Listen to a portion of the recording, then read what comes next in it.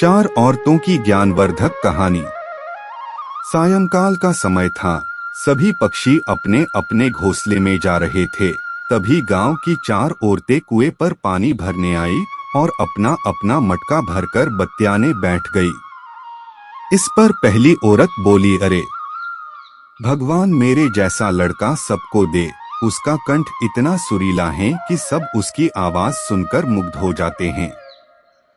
इस पर दूसरी औरत बोली कि मेरा लड़का इतना बलवान है कि सब उसे आज के युग का भीम कहते हैं।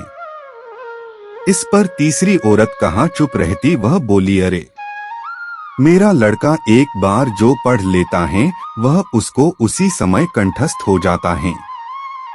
यह सब बात सुनकर चौथी औरत कुछ नहीं बोली तो इतने में दूसरी औरत ने कहा, अरे बहन, आपका भी तो एक लड़का है ना, आप उसके बारे में कुछ नहीं बोलना चाहती हो। इस पर से उसने कहा, मैं क्या कहूँ, वह ना तो बलवान है और ना ही अच्छा गाता है। यह सुनकर चारों स्त्रियों ने मटके उठाए और अपने गांव की ओर चल दी।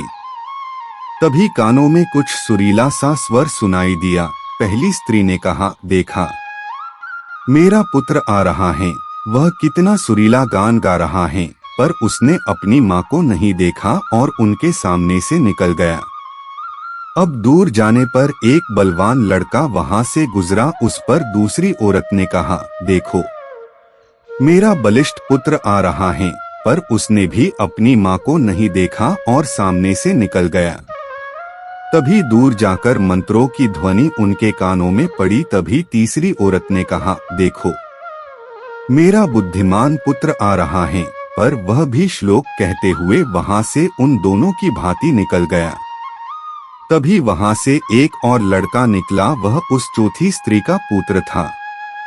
वह अपनी माता के पास आया और माता के सर पर से पानी का घड़ा ले लिया और गांव की ओर निकल पड़ा।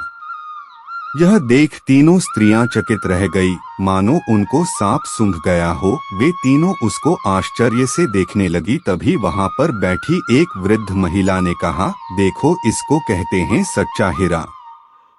सबसे पहला और सबसे बड़ा ज्ञान संस्कार का होता है, जो किसी और से नहीं बल्कि स्वयं हमारे माता पिता से प्राप्त होता है। फिर भले ही हमारे माता पिता शिक्षित हो या ना हो, यह ज्ञान उनके अलावा दुनिया का कोई भी व्यक्ति नहीं दे सकता है।